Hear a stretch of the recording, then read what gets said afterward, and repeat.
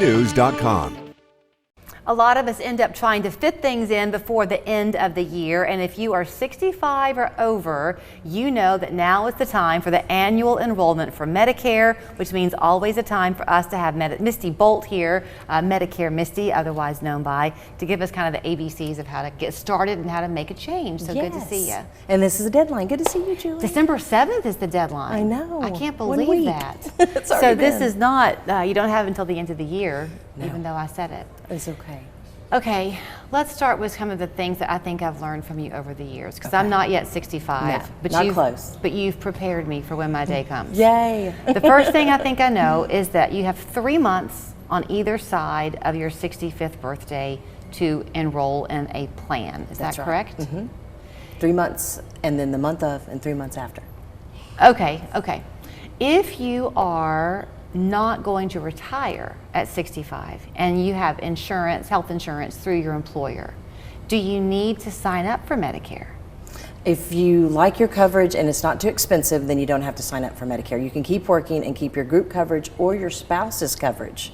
Okay. So like if you're retired and your spouse is not retired, and so you're on your spouse's coverage, as long as your spouse is still working and that coverage is still affordable for you guys, then you can stay on your spouse's insurance. Okay, I'm going to be careful how I phrase this. Okay. At least I'll try to be careful how I phrase this. But you turn on the TV and you're bombarded this time of year with all of these commercials. Yes, and calls. Oh, really? If you're that age, you're getting a lot of calls. Yes. And flyers, I'm sure, in the mail. Yes, in the mail, yeah. But on the TV commercials, it can seem very enticing. And they can kind of get you in, it seems like, with these words of it won't cost you anything and this type of thing. You really have to be careful, don't you, Misty, about who you're listening to? And you want to shop locally. People on the phone don't know the doctors, don't know networks. You can look them up, but a lot of times the network online aren't always accurate. Medicare.gov isn't always accurate. So having someone local that's been in the community, knows the providers, knows what the plans offer and don't offer is much better than, we were taught when you're young, don't talk to strangers. Right. Don't give strangers your private information when you have someone here locally that can help you, especially if you have a crisis, because what we're running into is they're changing them plans and offering them these things that a lot of times you need Medicaid to get. So they get in these plans and now they can't see their doctor and they can't take their, they don't be able to get their medicine. Okay, so that's why it's annual enrollment, because life changes for a lot of us year to year. So what you might sign up for last year, this year, there's something that would better suit your life and your need. Is that right? And it could. They send an annual notice of change every year, October 1, for them to review. A lot of people, because of all the mail that they're getting, they just toss it aside. But that would be me. Okay, and you're not the only one. You're not alone. But if you love your plan, it rolls over, because I think one of the things I've heard the people on the telesales are saying, there's changes and you have to change your plan, and you don't have to change your plan. There was no company that had went out that is not offering the plan. Like if you're on a plan, they're still here. There's not a plan that's went out of the area in Hamilton County. Okay. So if you love your plan, you can keep it and it'll roll over. If you don't and you want some changes and you need some help, call our office.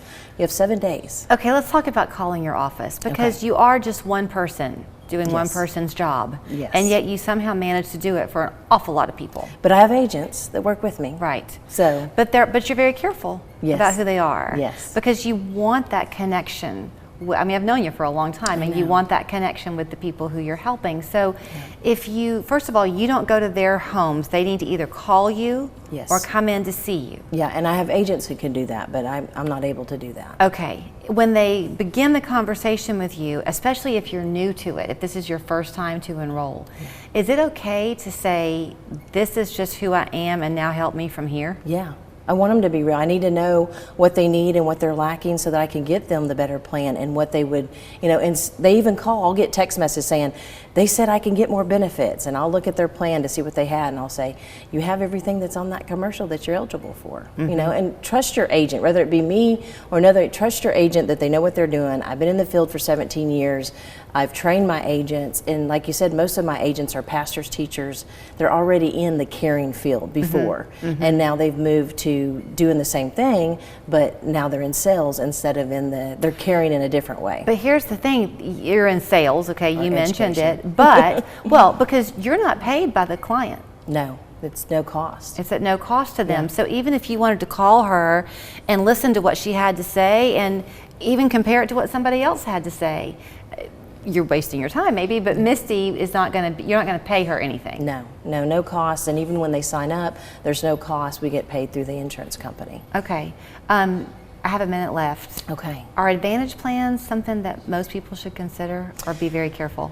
Well, I think it depends on each person, so it depends on who their doctor's is, what their medicine is, what they're looking for. On the Advantage plans part, you don't pay anything extra usually, and you have extra benefits. On the supplement part, you have more coverage.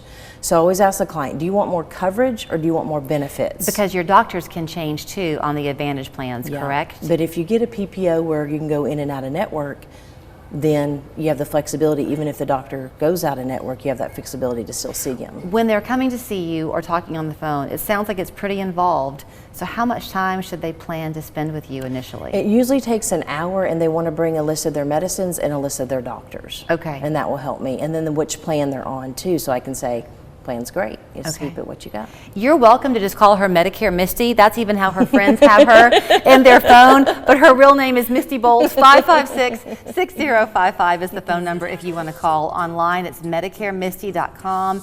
And again, she is a local broker Yes. helping you find the best plan for you.